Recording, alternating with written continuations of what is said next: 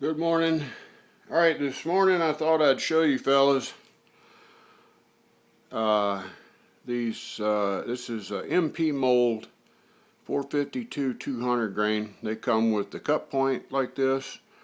They also come with a penta like this, or you can use a flat pin and do a flat point, but I just cast hollow points because I'm trying to work up loads with these.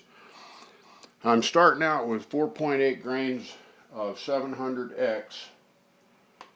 Meter's real good, you know, when you get into production.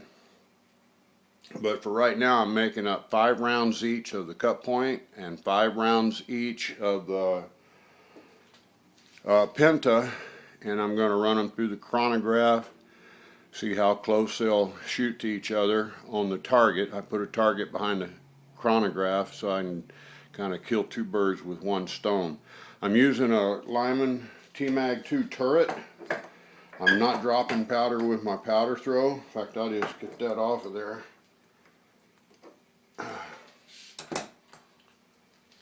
I'm going to be trickling my powder onto the scale using one of these lead dippers so I can get it right on 4.8.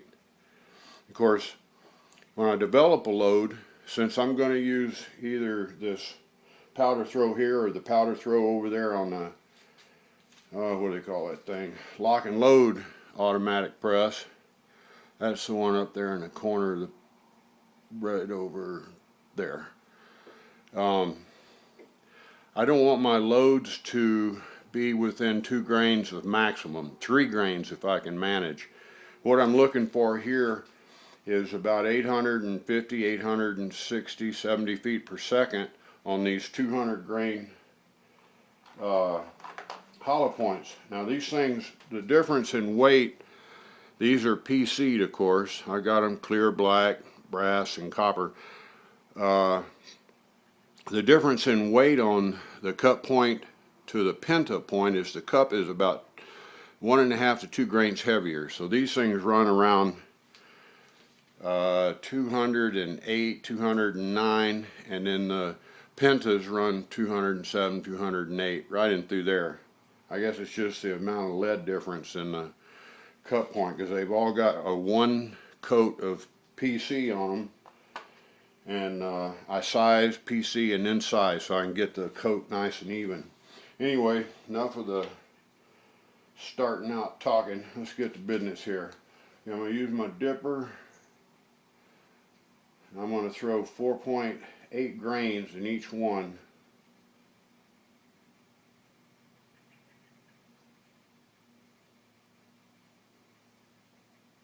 Okay, that looks pretty good. Now I do that first so I can let that scale sit there and decide on what it's going to say. See, now it's changed. Yeah, it's right on the boundary line between 4.7, 4.8. Trickle in another grain or two. Yeah, still wants to be 4.7. Oh, there it is. I'm going to give it another one. So if that thing will hold steady right there, I'll prepare a piece of brass. All my brass has been tumbled in pins to clean it real good, so all my primer pockets are clean. There's nothing stuck in the holes, and they're pre-primed. Always pre-primed, even for that lock and load press. Alright, so I'm going to size it. I got a 450 expander from RCBS. And then that's my cedar die there. Oh, I got 1 grain too many. Alright.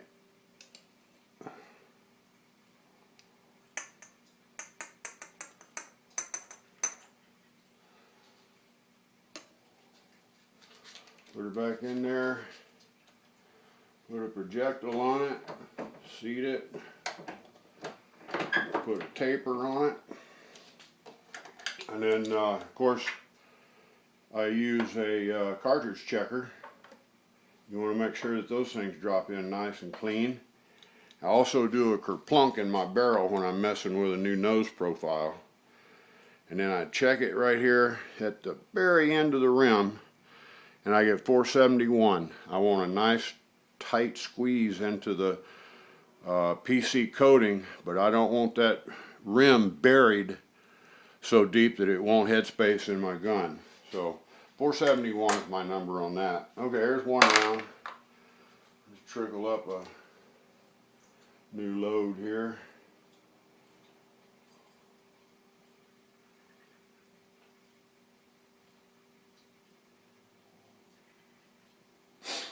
.7. Give it just a couple more grains.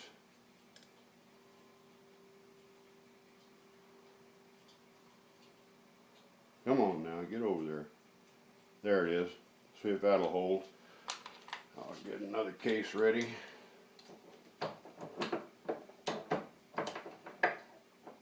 .8, she's holding.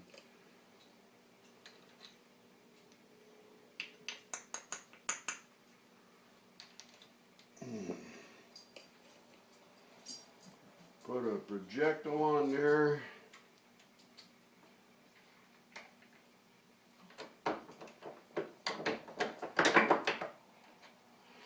There we go, there's another one. My overall length is 1.182, I believe.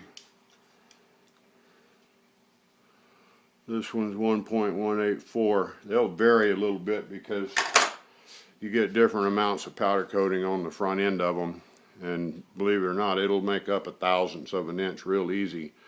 But what I'm after is not having too much of this shoulder sticking too far out in the barrel so where it'll interfere with the lands and grooves.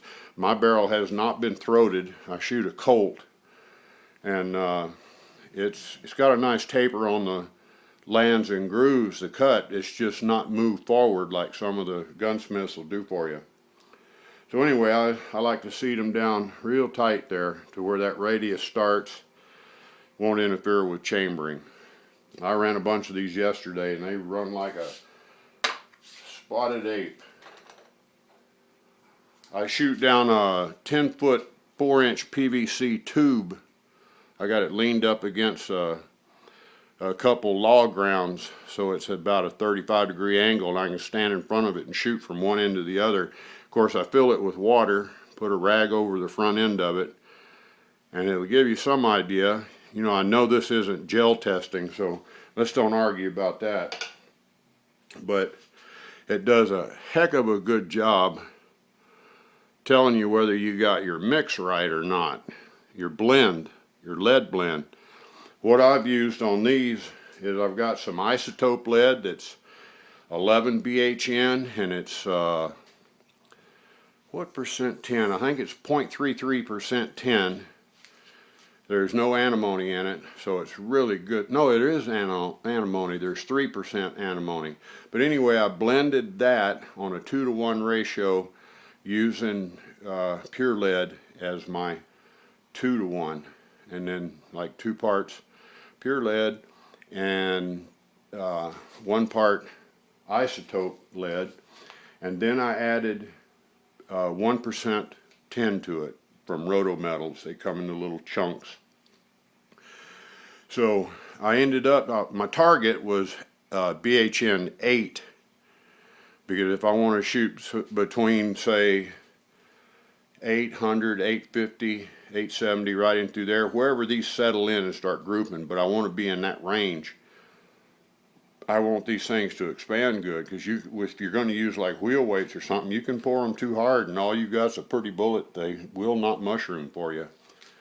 So anyway, I ended up with a 7.4 BHN on pour day, and I checked them the next day. I figured they'd come up a point at least, but they still remained at 7.4. And these things are shooting spot on, so that's why I'm going to do a test of 4.8 grains today and see a sequence of them, see how good of a load that is.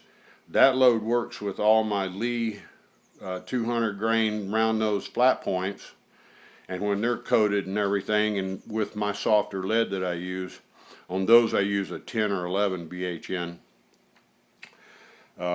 but when they're powder coated up, they're about 213 grains, 215. So I figured this 4.7, 4.8 grains was a good place to start, knowing that I've already got experience with those. And they have the same amount of lead base sticking in the case. That's, you mess with that case volume, no matter what your load used to say, it's going to change on you. So I carefully measured one of these to, let's see if I got one here. No, I don't have one handy, but everybody knows what a round nose flat point looks like. And from where I crimp up here, real close to where the radius starts, I've got the same amount of lead as that lee that I've already developed. And so I was real confident about starting with a 4.8 grain test. All right, that's all I'm going to do. I know you don't want to sit here and watch me load stuff on this turret, but that's how I develop a load. I just thought I'd throw it out there, see if any of you fellas had any comments on it. Have a good day out there. Loads of bacon. How you doing, bud? Elvis Ammo, my pard. See you, buddies.